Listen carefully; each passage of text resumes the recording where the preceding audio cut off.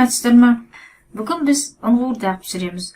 Ол үшін ет, сиырдың еті, 1 пияз, 1 сәбіз, 2 тәтті бұрыш, болгарский перец, және қара бұрыш, тұз, қамырға ұн, тұз және су. Біз қызып тұрған майға етті саламыз, турамыз, пиязды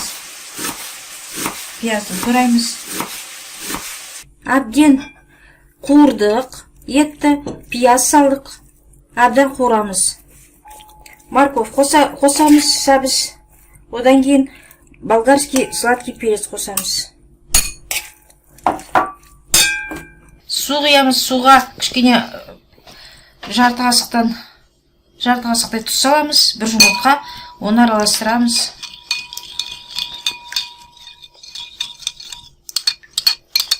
Сөйтіп қамыр елейміз.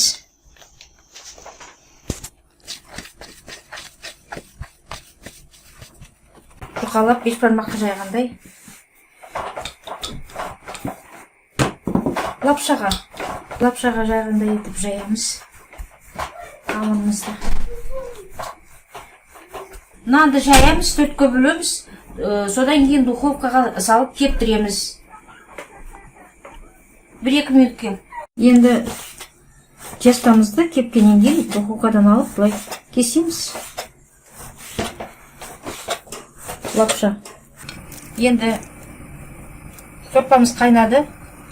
Үстіне қамырымызды саламыз. Бізде 2 қамыр болды кішкентай. 2 қамырдың бәрін саламыз.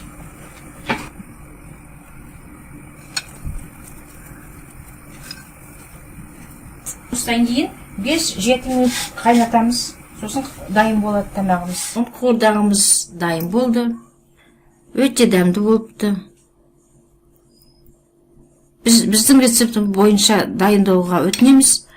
Біздің каналымызға жазылып, лайк қойып отырыңыздар. Сау болыңыздар.